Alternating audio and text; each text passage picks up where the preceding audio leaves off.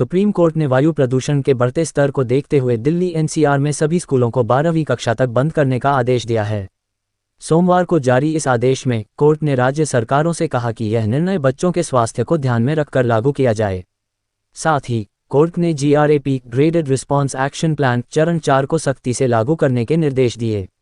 Supreme court ने यह भी कहा कि राज्य और केंद्र सरकारों का संवैधानिक दायित्व है कि वे नागरिकों को प्रदूषण मुक्त वातावरण प्रदान करें। इसके लिए सभी एनसीआर राज्यों को तत्काल टीमें गठित करने का निर्देश दिया गया है जो GRAP चरण 4 के तहत आवश्यक कार्यों की निगरानी करेंगी। सुप्रीम कोर्ट ने सभी एनसीआर राज्य सरकारों और केंद्र को GRAP चरण 4 में दिए गए कदमों पर तुरंत विचार करने और अगली सुनवाई की तारीख से पहले अपनी रिपोर्ट कोर्ट के समक्ष प्रस्तुत करने के लिए कहा है।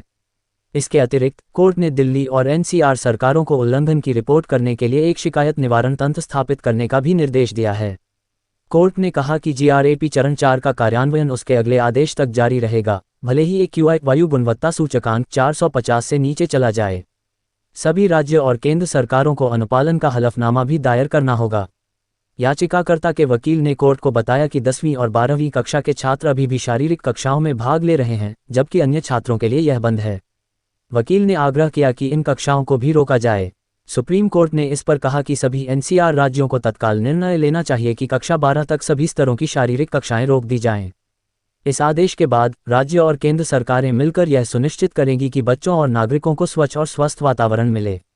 GRAP चरण 3 और 4 के सभी खंडों के अलावा सरकारें स्थिति को सामान्य बनाने के लिए हर संभव कदम उठाएंगी।